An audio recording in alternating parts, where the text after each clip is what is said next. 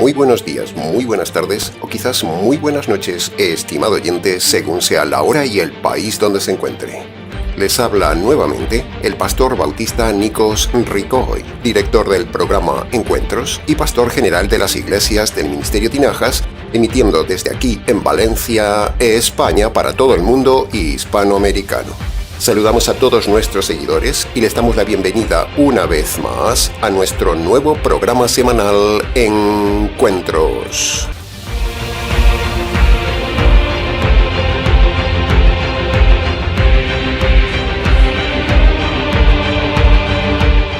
Estamos ya, estimado oyente, en el 8º programa del año.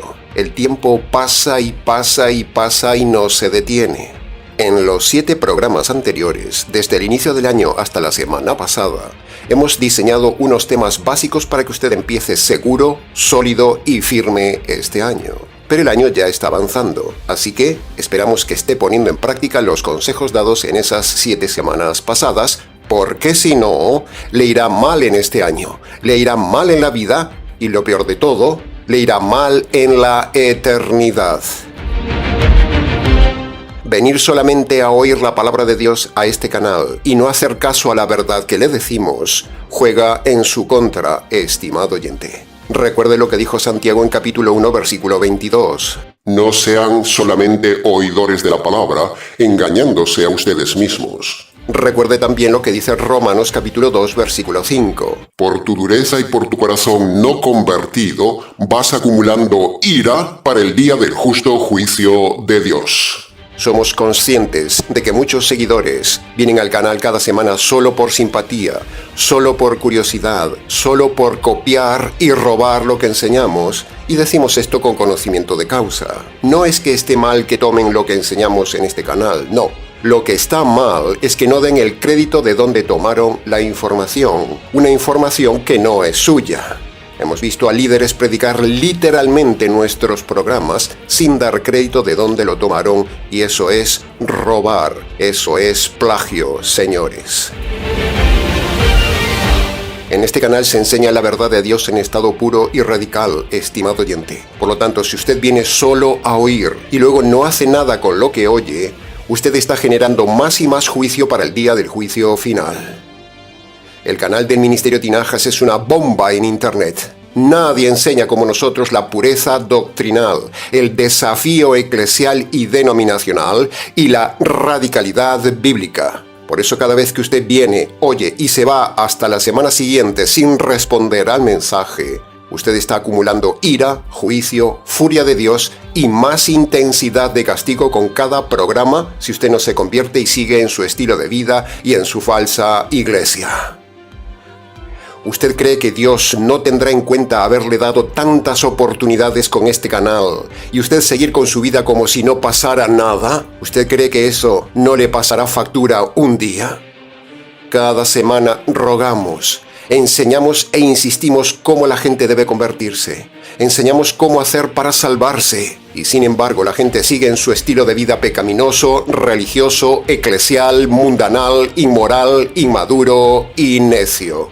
Cada palabra, cada minuto que usted escucha un mensaje en este canal, juega en su contra, estimado oyente, si usted no se convierte por medio del Evangelio. Bien, en el equipo de trabajo pastoral del Ministerio Tinajas, hemos decidido que, a partir de hoy y en las siguientes semanas, tendremos el estudio expositivo de toda la carta de Judas, una zona del Nuevo Testamento poco estudiada. Junto con el estudio verso a verso de la carta de Judas, aprovecharemos también para tocar y enseñar otros temas oportunos, paralelos y temas relacionados con cada pasaje que vamos viendo en la carta. Será un viaje largo de varias semanas hasta llegar al final del viaje allá en el versículo 25.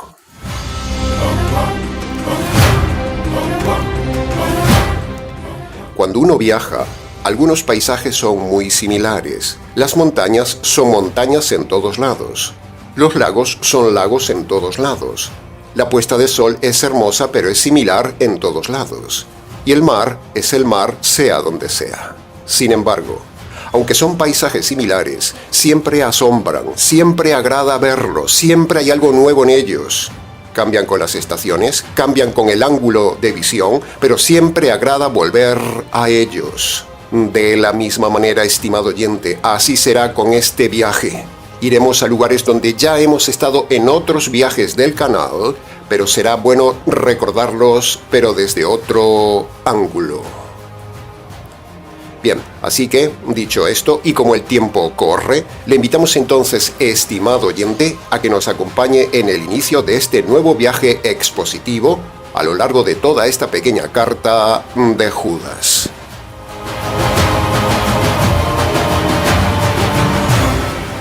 Entremos entonces en el análisis y comentario del versículo 1 de la carta de Judas, que dice: Judas, siervo de Jesucristo y hermano de Jacobo, a los llamados y a los santificados en Dios Padre y guardados en Jesucristo. Punto número 1. Aunque no somos partidarios de dar datos documentales en el canal, porque para eso tiene usted información completa en Internet, lo que sí procede decir del autor de esta carta, Judas, es que a pesar de tener el mismo triste nombre de Judas el traidor, este Judas era un verdadero servidor. Y eso nos enseña que cada persona recibe de parte de Dios una oportunidad única. El Señor Jesús le dio una oportunidad a Judas Iscariote el traidor, sin embargo, no la aprovechó. En cambio, este Judas, el de la carta, aprovechó la oportunidad que el Señor puso en sus manos y fue siervo fiel. Uno fue traidor, otro fue servidor. Aproveche la oportunidad.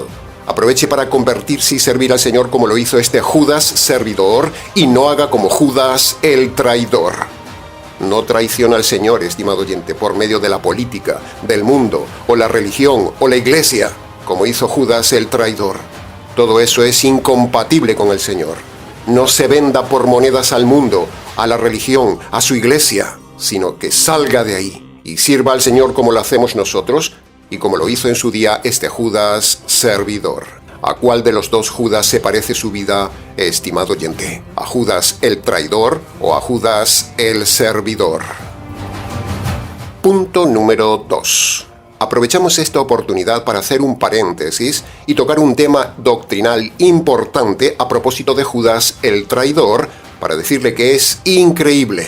Es increíble que haya pastores que digan que Judas el traidor se salvó. Hay que ser muy necio, muy sensacionalista, pretender llamar mucho la atención, ser muy retorcido y muy amante del dinero para llamar la atención a la gente con esta mentira. Si Judas se salvó, entonces se salva todo el mundo. Judas el traidor, teológicamente hablando, está en los infiernos. Punto. Si algún necio pastor le dice lo contrario, y usted se lo cree, usted aparecerá en el mismo infierno que está Judas el traidor. No se puede ser ladrón, blasfemo, materialista y suicida y ser salvo. Declaramos tajantemente que Judas Iscariote se condenó. El arrepentimiento de Judas el traidor no fue para salvación, fue un remordimiento impulsivo, como hacen muchos que luego de lo que hacen mal se suicidan porque no soportan la culpa. El arrepentimiento de Judas no fue un arrepentimiento bíblico. Así como hay amor verdadero y amor falso, así también hay arrepentimientos bíblicos y arrepentimientos falsos. Y tal es el caso. Mire esto, la falta de reconocimiento de su ofensa ante el Señor Jesús, la ausencia de cambio y la falta de búsqueda de ir a recibir el perdón del Señor Jesús, todas estas tres cosas evidencian que el arrepentimiento de Judas no condujo a su salvación. Jesús y Juan lo dijeron. En Juan capítulo 17, versículo 12, Jesús dijo: Ninguno de ellos se perdió, solo el hijo de la perdición. Y eso se refiere a Judas. Juan capítulo 13, versículo 11 dice: Sabía quién le iba a entregar, por eso dijo: No estáis limpios todos. Y eso era refiriéndose evidentemente a Judas. Ningún hombre sucio en su alma entra al reino. Es pura lógica. Y en Juan capítulo 12, versículo 6 dice que Judas era ladrón. Y un ladrón, excepto que se convierta como el caso del ladrón del Calvario, no entra al reino de Dios. Por lo tanto, Judas está en los infiernos con el otro ladrón materialista del Calvario. No hay duda alguna teológica que Judas fue un maldito, el hijo de la perdición.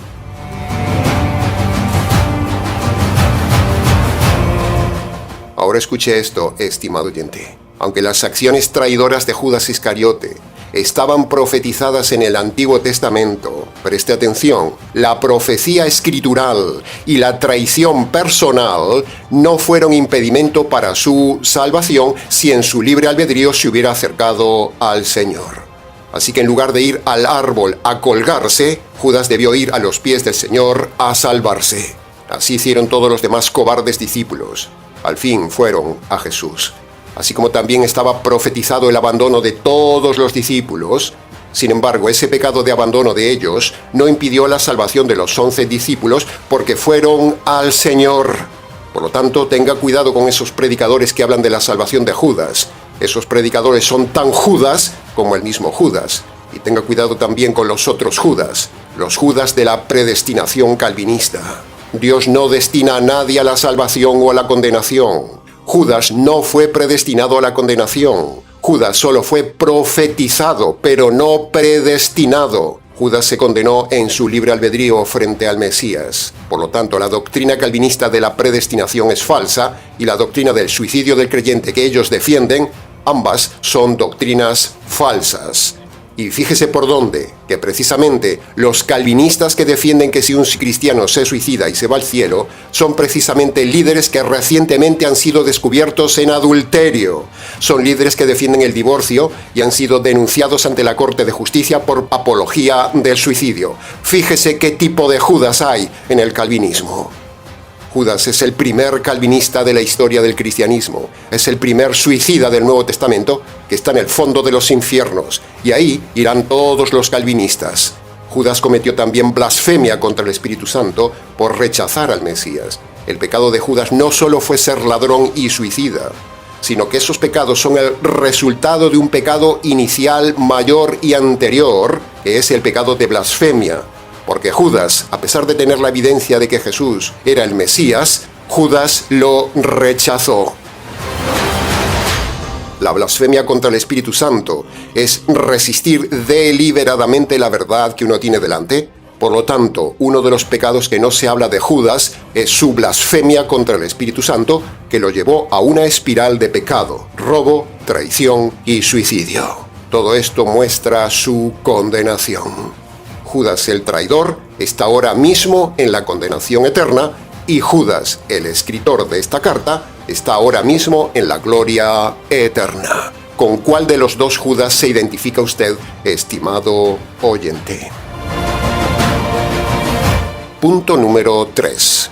La palabra llamados, teológicamente hablando, aquí y en todo el Nuevo Testamento, se refiere a los que han respondido al llamado de Dios Padre para salvarse. Es importante tener en cuenta que el llamamiento de Dios el Padre es universal a todos los hombres. No es algo selectivo como dice la falsa iglesia calvinista deformada. ¿Y cómo llama Dios el Padre a la gente? ¿Cómo hace para llamarlos? Pues sencillo, de varias formas. Dios usa ante todo la vida. Cada minuto de vida que Dios le regala al hombre es una evidencia que lo está llamando. También usa la conciencia, el razonamiento, los accidentes, las catástrofes, la misma Biblia, la muerte de alguien, este mensaje mismo, la naturaleza y también el universo. Todos estos son gritos de llamada de Dios para que el hombre le busque. Y cuando el hombre reacciona a esos llamados y le busca, entonces Dios le envía a alguien que le muestre el Evangelio. Ahora, el llamado de Dios implica el glorioso libre albedrío del hombre. El que responde al llamado de Dios se salva. El que resiste el llamado de Dios se condena. Así de sencillo. En resumen, aquí los llamados del pasaje se refiere a los que escucharon el llamado, respondieron y se salvaron por medio del Evangelio. Jaque al calvinismo. Punto número 4. El pasaje dice, santificados. Ahora, preste atención al punto más polémico del mensaje de hoy que le vamos a decir. Preste atención. En nuestra opinión teológica, ya hemos dicho varias veces en el canal que ningún apóstol tenía el nivel teológico ni revelación que tenía Pablo. También hemos dicho los errores de apóstoles como Santiago y Pedro que han tenido en el Nuevo Testamento. Bien, dicho todo esto, confirmamos que Pablo fue único en doctrina y en revelación sin fallos. Decimos esto porque estudiando por años la palabra, creemos que Judas, aquí, en este pasaje, tuvo como poco un desliz teológico y como mucho muestra un punto de ignorancia de la doctrina. Me explico. A nuestro juicio, Judas debió decir este pasaje de la siguiente manera. Preste atención. A los llamados por Dios el Padre, a los santificados por el Espíritu Santo y a los guardados en Jesucristo. Esa hubiera sido la forma correcta de escribir el pasaje, porque la Biblia nos muestra que el que tiene la función de llamar a los hombres es el Padre, el que tiene la función de santificar a los convertidos es el Espíritu Santo, y el que tiene la función de salvar a los hombres es el Señor Jesús. Pero aquí Judas omitió la tarea, obra y función del Espíritu Santo. ¿Por qué Judas no puso al Espíritu Santo en el pasaje? Bueno, por lo dicho anteriormente, porque no todos los apóstoles y siervos del Señor tienen el mismo nivel teológico de Pablo. Judas era siervo, era dispuesto, era convertido, era fiel, pero, a nuestro juicio, era muy básico en doctrina y eso se ve en que tan solo escribió 25 versículos y nada más. En cambio, mire usted a Pablo. Recuerde, de la abundancia del corazón habla la boca. Lo que había en el corazón de Judas era tan solo 25 versículos. Y este versículo, a nuestro juicio, es incompleto en doctrina. Para defender nuestra tesis tenemos a Pedro, que tampoco era muy lúcido en teología, pero bueno, fue más lúcido y más inteligente y más capaz y más entendido que Judas, porque Pedro dijo, Primera de Pedro capítulo 1 versículo 2, A los elegidos por Dios Padre, santificados por el Espíritu Santo, para obedecer a Jesucristo. Ve, ahí lo tiene, ahí tiene nuestra tesis, las tres personas correctamente en sus funciones. Judas fue un poco escaso en su versículo porque era un poco escaso en doctrina. Punto número 5. La santificación es el proceso de madurar y parecerse al carácter del Señor Jesús que empieza con la conversión. Sin conversión, estimado oyente, no hay santificación, solo hay moralización. La santificación le genera premio en la eternidad. La moralización le genera castigo en la eternidad. ¿Puede ver la diferencia? Las religiones, las sectas, las iglesias cristianas, todas enseñan moralidad, no santidad. Dicen que enseñan santidad, pero no es santidad. ¿Cómo van a enseñar la santidad si la santidad empieza obligatoriamente con la conversión por medio del Evangelio? Y ellos no enseñan el verdadero Evangelio. Sin evangelio jurídico no hay conversión, sin conversión no hay santificación, y sin todo esto solo hay condenación. Todas las iglesias actuales, sin excepción, enseñan solo moralidad, no santidad. ¿En qué se diferencia la santidad de la moralidad?, me preguntará. Bueno, exteriormente las dos son exactamente iguales. Por ejemplo, un marido ideal, una pareja ideal, un trabajador modelo, un ciudadano ejemplar, una persona que no fuma, etcétera, etcétera. Pero la verdadera santificación que empieza con la conversión y se vive en el poder del Evangelio solamente es para las personas convertidas. En cambio, el otro, el moralista, el religioso, hace exactamente lo mismo por fuera, pero es moralidad porque no ha habido conversión y lo hace en sus propias fuerzas. Las iglesias enseñan moralidad, no santidad. Por ejemplo, imaginemos un drogadicto. Cuando lo conocen en alguna iglesia, lo primero que hacen es meterlo en la iglesia, sea una congregación mormona, católica, adventista, calvinista, pentecostal, unicitaria, presbiteriana, la que sea. Lo primero que hacen es meterlo en la iglesia como si las cuatro paredes lo santificaran. Luego le leen una y otra vez la palabra de Dios y lo bombardean con pasajes de la palabra de Dios. Y le presionan para que deje de tomar, de drogarse o de fumar. Pero esa lectura y esa presión es solo moralización, no es conversión, por lo tanto no habrá santificación. En esos lugares no le hablarán del Evangelio ni del poder del Evangelio para limpiar primero sus pecados y luego darle poder para vencer la droga. Por lo tanto, esa persona quedará moralizada, pero no quedará salva ni santificada. El gran engaño de las iglesias de hoy, moralizar a la gente. En cambio, una persona que primero se convierte por medio del poder del Evangelio, a esa persona le fluye la santificación, le fluye no fumar, le fluye no drogarse, le fluye una vida santa. porque esa justicia del Evangelio, que limpia sus injusticias en la conversión, le hace vivir luego una vida fluida de justicia. Y esto no lo enseña nadie.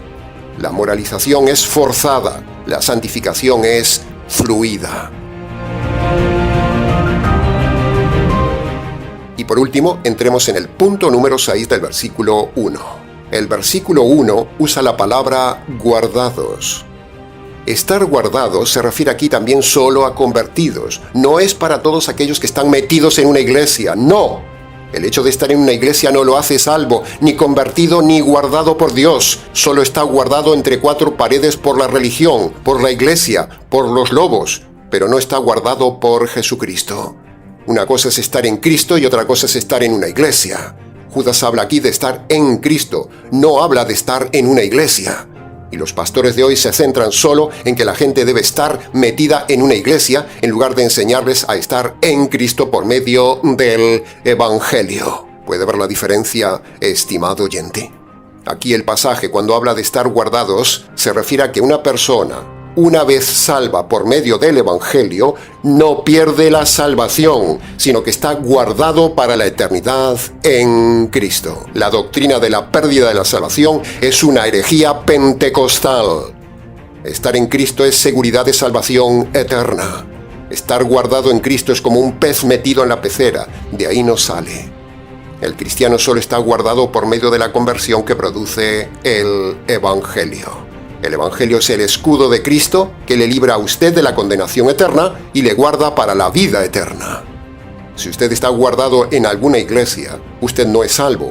Usted es un perdido, un religioso, un desprotegido. Está desguardado. Para estar guardado por el Señor para el día del juicio, usted antes tiene que pasar por los dos marcos de la puerta estrecha de Marcos capítulo 1, versículo 15.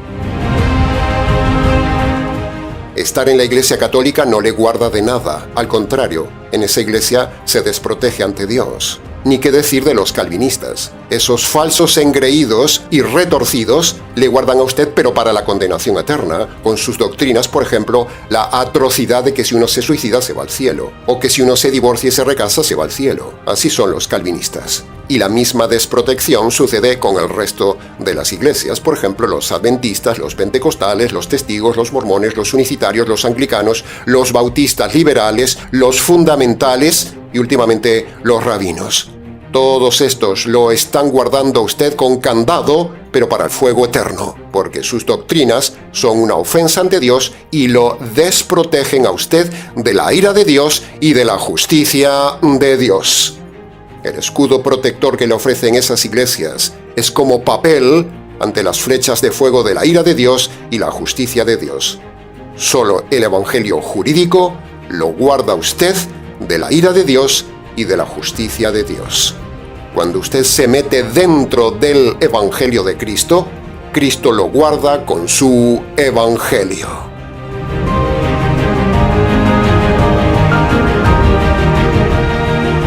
Entremos ahora en el análisis y comentario del versículo 2 del pasaje de hoy que dice: Reciban de mi parte misericordia, paz y amor en abundancia. Estas palabras de Judas se refieren a la actitud que debe tener un líder con la iglesia. De este versículo sacamos 3 puntos. Punto número 1.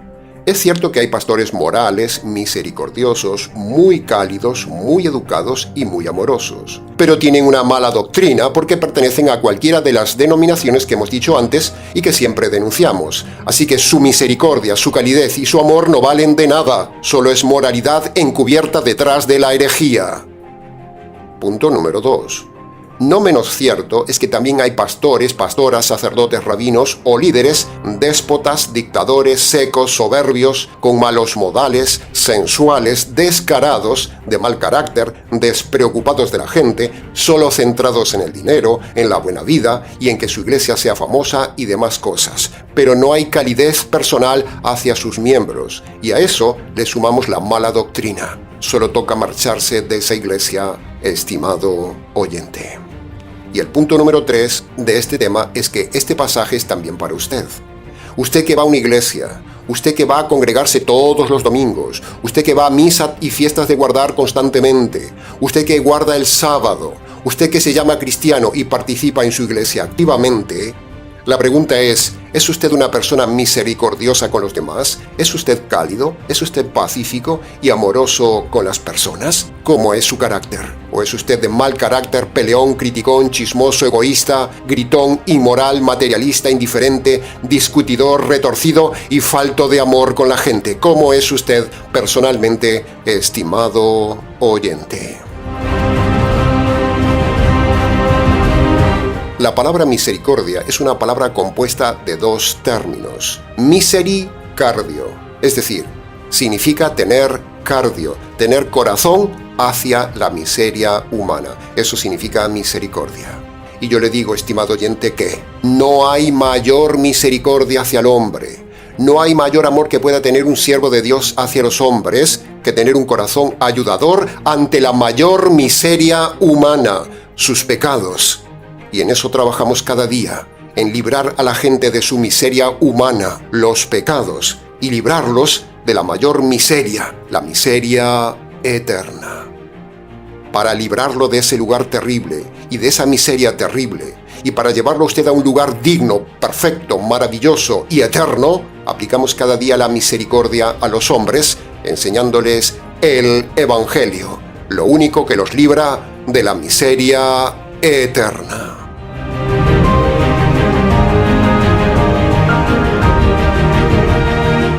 Y entremos ya en el análisis y comentario del último versículo de hoy, el versículo 3, que dice: Amados hermanos, tenía un gran deseo de escribirles acerca de nuestra común salvación y de exhortarles a que contendáis ardientemente por la fe que una vez nos ha sido dada a los santos. Punto número 1. Cuando el pasaje habla de amados hermanos, se refiere solo a personas convertidas por medio del Evangelio. Por lo tanto, cuando un pastor en esas iglesias de mala doctrina le llaman a usted hermano, le están mintiendo, porque en esos lugares no hay verdadero evangelio. Por lo tanto, ni son ovejas, ni son convertidas, ni son amados, ni son hermanos. Son malditos, son cabras, son paganos y son enemigos de Dios, dice la Biblia. No se puede llamar hermano a alguien si no se conoce la vida y la doctrina de esa persona.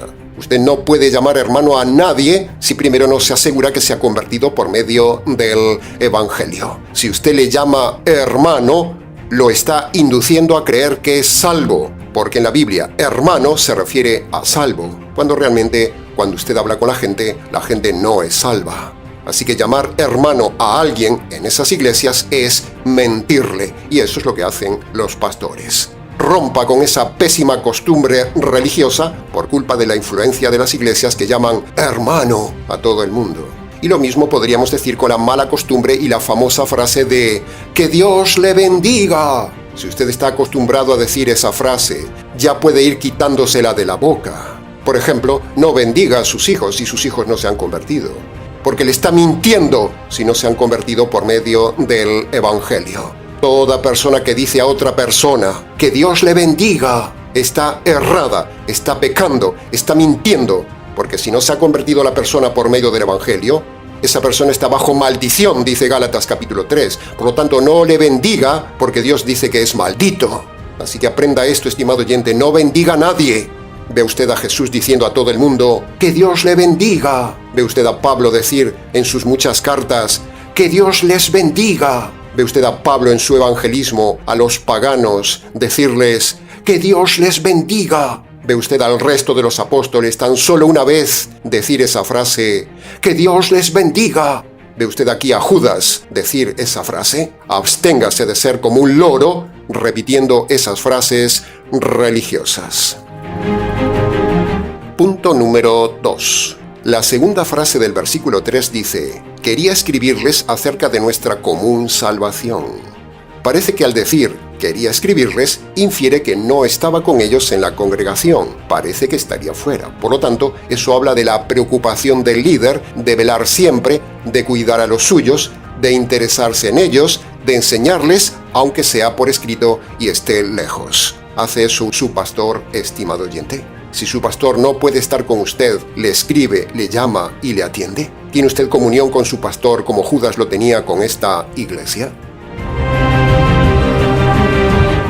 Por otro lado, hablando de la salvación que nombra aquí Judas, le preguntamos, ¿qué salvación tiene usted, estimado oyente? ¿Cómo ha adquirido la salvación?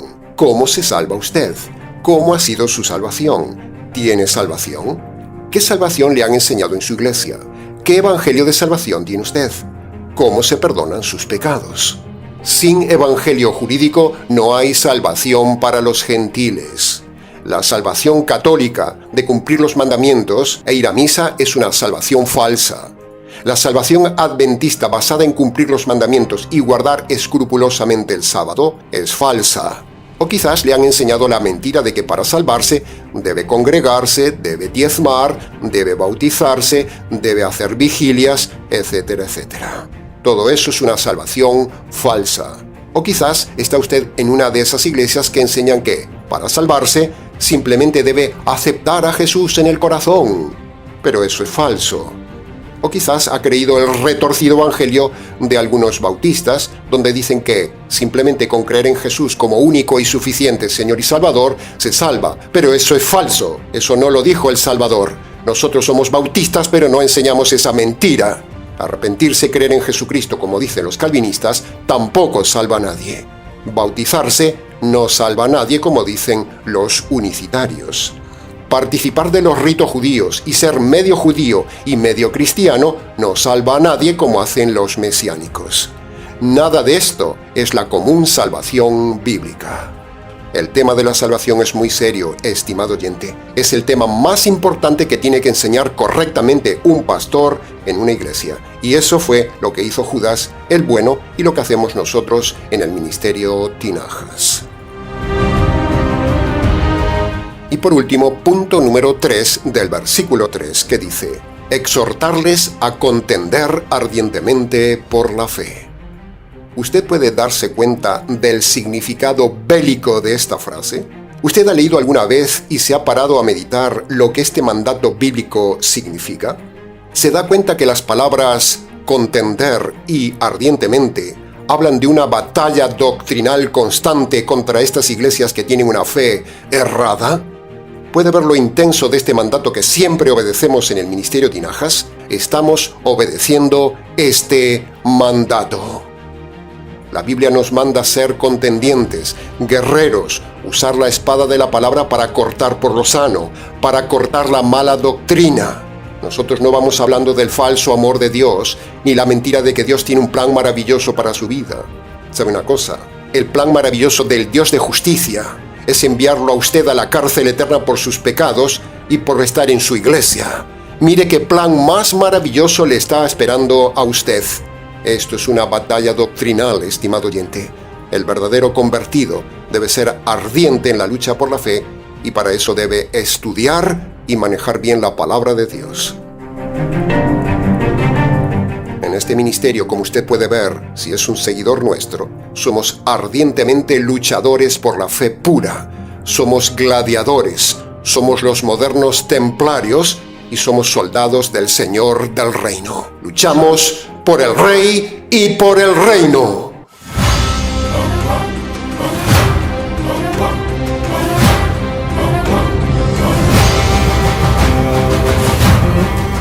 Ahora, habiendo llegado al final del mensaje, necesitamos redirigir el tema de hoy, para que usted sea perdonado de todos los pecados que hemos nombrado en este mensaje, para que usted sea perdonado no solo de los pecados del tema de hoy, sino de todos los pecados de su vida, y para tener la verdadera y segura salvación de su alma.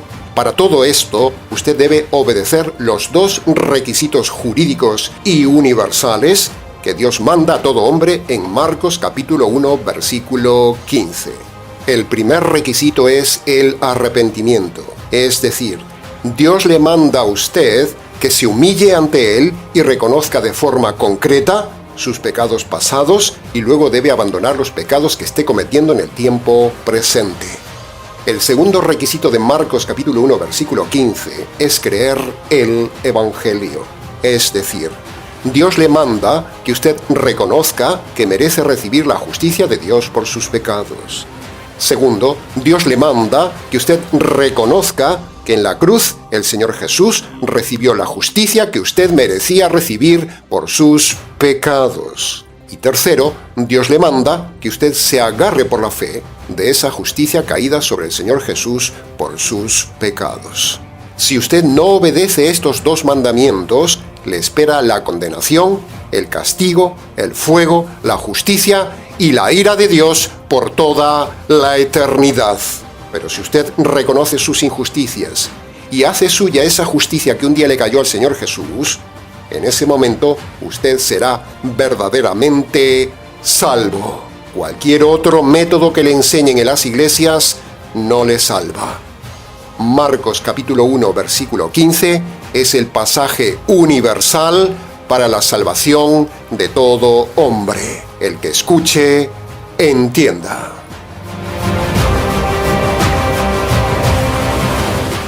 Bien, se nos ha ido el tiempo del programa, estimado oyente.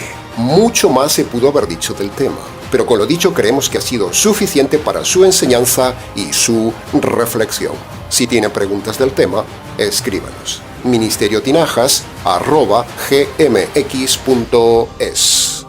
Ahora, antes de terminar, si usted es seguidor y beneficiado por el canal, queremos entonces animarle a colaborar voluntariamente para que podamos seguir difundiendo la verdad. Abajo, en la descripción del vídeo, tiene las formas de colaborar.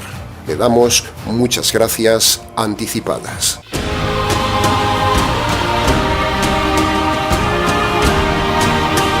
Bien, nada más por hoy en este primer programa de la serie de la Carta de Judas. Continuaremos en el próximo programa. Les saluda quien les habla, el pastor bautista Nikos Ricoy del Ministerio Tinajas desde aquí, en Valencia, España. Será entonces con el gusto de siempre hasta nuestro próximo mensaje de la serie, aquí en nuestro habitual programa semanal Encuentros.